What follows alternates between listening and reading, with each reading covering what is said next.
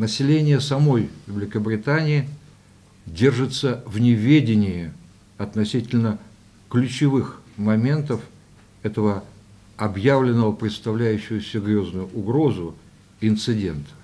Неизвестно общее количество пострадавших, равно как и состояние здоровья и местонахождения упомянутых российских граждан, права которых нарушаются самым грубейшим и бесцеремонным образом.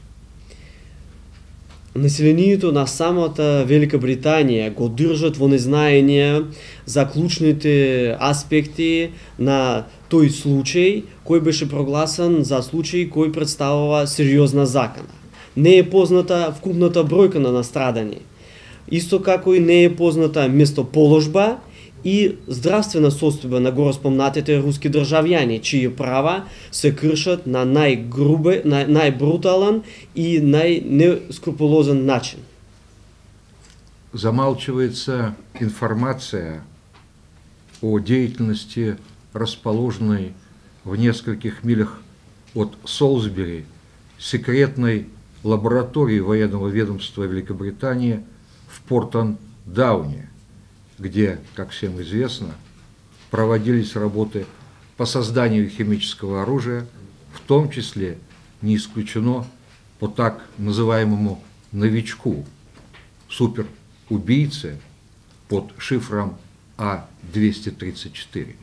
Се премолчуваат информациите за дејноста на тајната лабораторија на воениот ресор на Великобританија во Портон Даун, кој што се наоѓа на неколку мили од Солсбери и каде што, како што ви е познато, се разработуваше химиското оружје. Меѓу другото, не е исклучено дека и во делот на разработка на така наречениот новичок, суперубийца под шифрата А-234.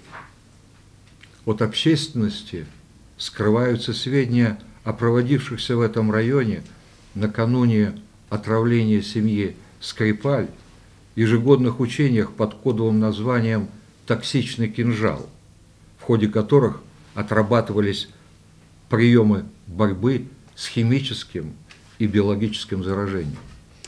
Од јавноста се кријат податоците дека во тој реон пред троењето на семејството Скрипаль се одржуваше годишна обука под назив токсична кама. За време на таа обука се вежба методи на борбата против химиско и биолошко заразување. Наши законные требования предоставить в соответствии со статьей 9 Конвенции о запрещении химического оружия образцы примененного против семьи Скрипаль химического вещества были категорически отклонены. Нашите законски барања да ни бидат дадени според член 9 на Конвенцијата за забрана на хемиско оружје образци на таа хемиска субстанција која беше употребена против семејство Скрипаль. Сите овие барања беа одбиени, категорично одбиени. Анализ совокупности всех этих обстоятельств свидетельствует о незаинтересованности британских властей в выяснении истинных мотивов и установлении исполнителей преступления в Солсбери и наводит нас на мысль о возможной причастности к нему спецслужб Великобритании. Комплексната анализа на сите овие околности сведочи за незаинтересираноста на британските власти да ги дознаат вистинските мотиви и да определат, да ги утврдат сторители на злосторството во Солсбери и не поттикнува на една мисла за возможно евентуално учество во злосторството на безбедностни специјални служби на Великобританија.